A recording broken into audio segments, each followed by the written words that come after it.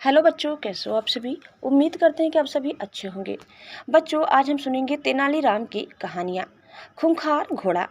विजयनगर के पड़ोसी मुसलमान राज्यों के पास बड़ी मजबूत सेनाएं थी। राजा कृष्णदेव राय चाहते थे कि विजयनगर की घुड़सवार फौज भी मजबूत हो, ताकि हमला होने पर दुश्मनों का सामना कुशलता से किया जा सके। उन्होंने बहुत से अरबी घोड़े खरीदने का विचार किया। मंत्रियों ने सलाह दी कि घोड़ों को पालने का एक आसान तरीका यह है कि शांति के समय ये घोड़े नागरिकों को रखने के लिए दिए जाए और जब युद्ध हो तो उन्हें इकट्ठा कर लिया जाए। राजा को यह सलाह पसंद आ गई। उन्होंने 1000 बढ़िया अरबी घोड़े खरीदे और नागरिकों को बांट दिए। हर घोड़े के साथ घास, चने और दवाइयों के लिए खर्चा आदि दिया जाना भी तय हुआ। यह फैसला किया गया कि हर 3 महीनों के बाद घोड़ों की जांच की जाएगी। तेनालीराम ने एक घोड़ा मांगा तो उसको भी एक घोड़ा मिल गया। तेनालीराम घोड़े को मिलने वाला सारा खर्च हजम कर जाता।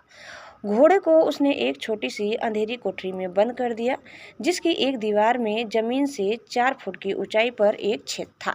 उसमें से मुट्ठी भर चारा तेनालीराम अपने हाथों से ही घोड़े को खिला देता।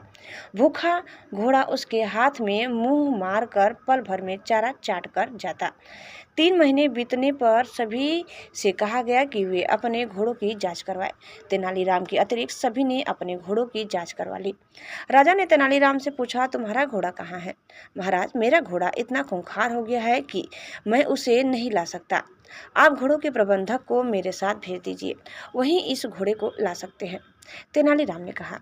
घोड़ों का प्रबंधक, जिसकी दाढ़ी भूसे के रंग की थी, तेनालीराम के साथ चल पड़ा।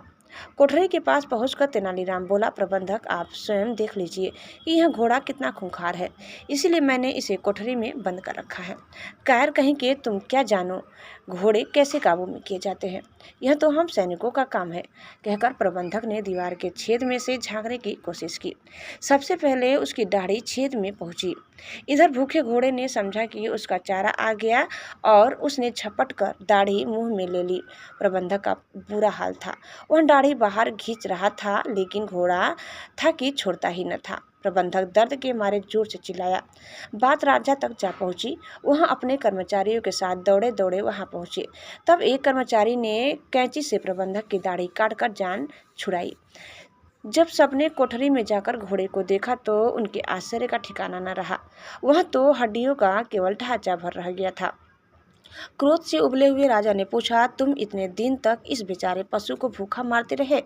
महाराज, भूखा रहकर इसका यह हाल है कि इसने प्रबंधक की कीमती दाढ़ी नोच ली।